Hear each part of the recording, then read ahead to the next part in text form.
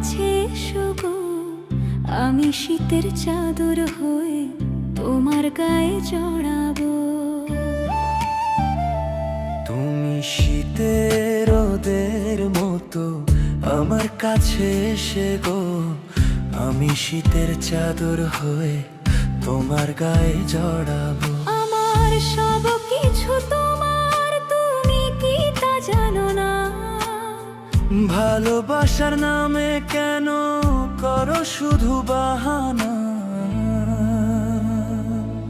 দিঘির জলে পদ্মা ভাসে, আমার ফুলে তুমি গো কথা দিয়ে যা